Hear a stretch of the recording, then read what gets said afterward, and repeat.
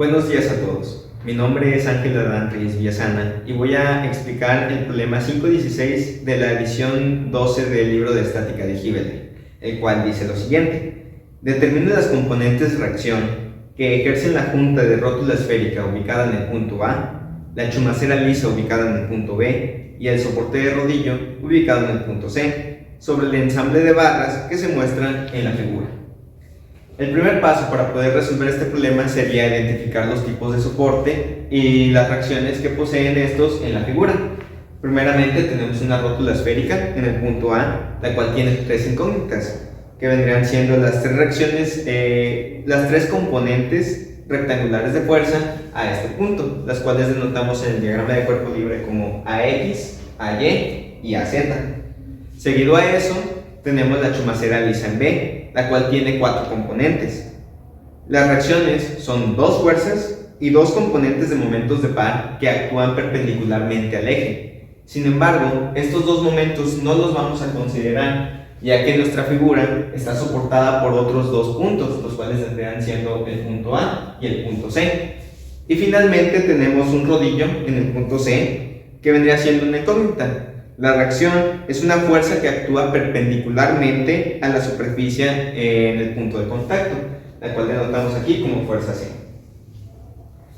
Las fórmulas que vamos a usar vendrían siendo las de estática en 3D, que es la sumatoria de fuerzas respecto a cada eje, que es igual a 0, y la sumatoria de momentos respecto a cada eje, que también es igual a 0.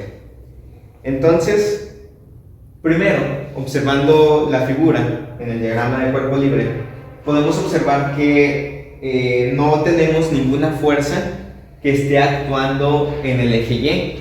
Entonces, por lo tanto, tenemos que la sumatoria de fuerzas respecto a Y es igual a 0. Y la única fuerza reactiva que tenemos en este eje es la fuerza reactiva de A en Y. Entonces, por lo tanto, determinamos que la fuerza reactiva de A en Y también es igual a 0. Seguido a esto, vamos a proceder a obtener los momentos respecto a cada eje. Primero empezaremos respecto al eje Y. Tenemos que la sumatoria de momentos respecto al eje Y es igual a 0. Las únicas fuerzas que están produciendo momentos respecto a este eje vendrían siendo la fuerza C y la fuerza de 900 newtons que está hacia abajo. Entonces, diremos que nuestra fuerza C multiplicada por la distancia perpendicular, que vendrían siendo 0.6 metros, más nuestros 900 newtons que van hacia abajo, entonces lo ponemos negativo, por su distancia perpendicular, que es de 0.4 metros,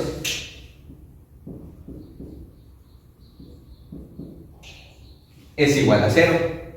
Procedemos a hacer el despeje. Nuestra fuerza en C multiplicada por la distancia perpendicular es igual a esta multiplicación, que vendrían siendo 360 newtons por metro. Despejamos esta distancia, entonces tenemos que nuestra fuerza en C es igual a nuestros 360 newtons por metro sobre los 0.6 metros. Metros con metros se eliminan, entonces tenemos que nuestra fuerza reactiva en C, que va hacia arriba, es de 600 newtons. Ahora procederemos a obtener la sumatoria de momentos respecto al eje X.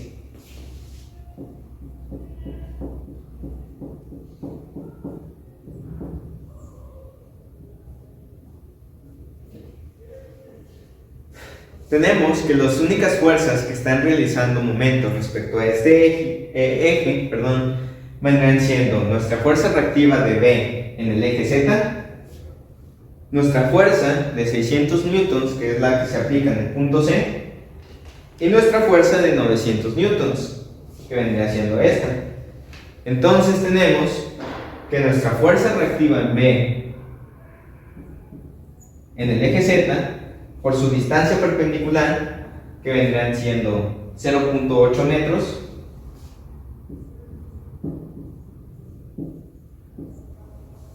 más nuestra fuerza en C, que ya habíamos dicho que era de 600 newtons,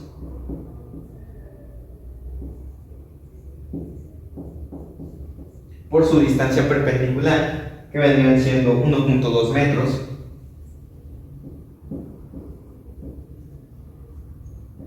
y finalmente, más la fuerza de 900 newtons, que va a producir un momento negativo. Entonces ponemos que es menos 900 newtons por su distancia perpendicular al eje X, que vendrían siendo 0.4 metros.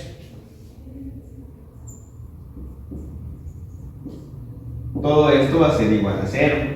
Entonces procedemos a hacer el despeje para obtener nuestra fuerza reactiva de B en el eje Z.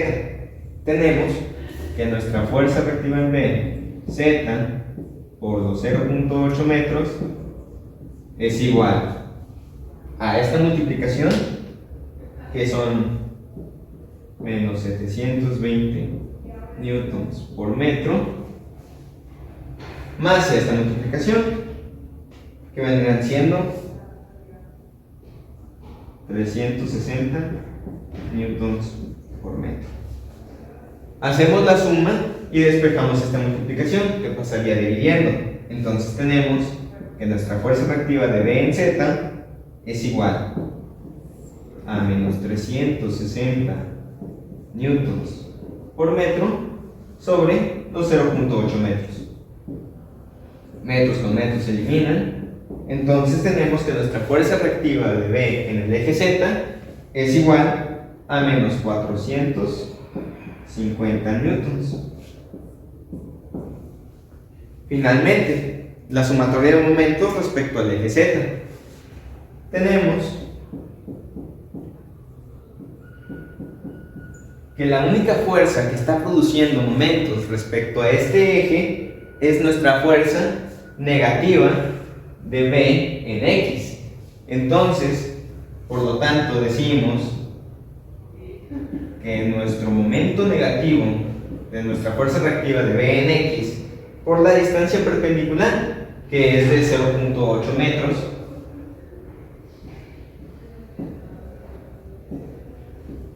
es igual a 0. Por lo tanto, vamos a decir que nuestra fuerza reactiva de B en X también va a ser igual a 0. Finalmente, hacemos la sumatoria de fuerzas respecto al eje X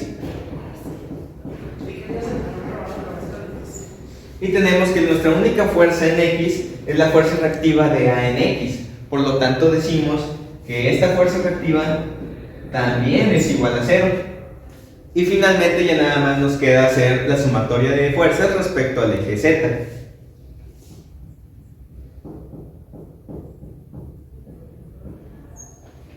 Tenemos que nuestra fuerza reactiva de A en Z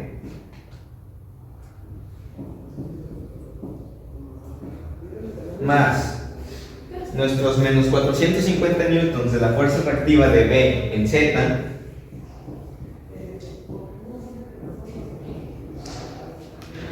y finalmente la fuerza reactiva de C y los 900 newtons hacia abajo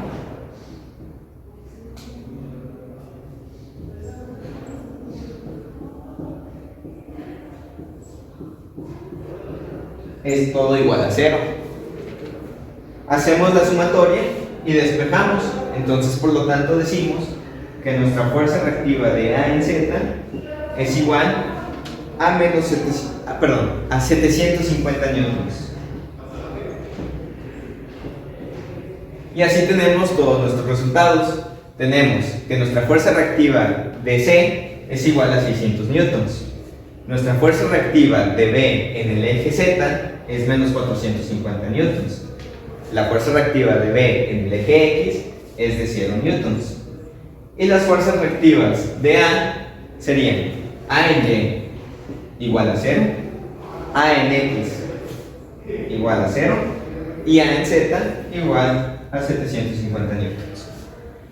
La complicación más grande en este problema sería identificar los tipos de fuerzas reactivas que van a producir los soportes que tenemos en la figura. Hay que considerar mucho que lo de la chumacera Alisen-B, esta situación especial de que si está soportado por otros puntos, no se van a producir estos dos momentos reactivos de par que van a ser perpendiculares al eje. Entonces, hay que poner especial atención en esos puntos y aplicar las fórmulas de equilibrio para tercera dimensión. Y bueno, esto sería todo. Espero que les haya servido de mucho la explicación. Y pues muchas gracias por su atención.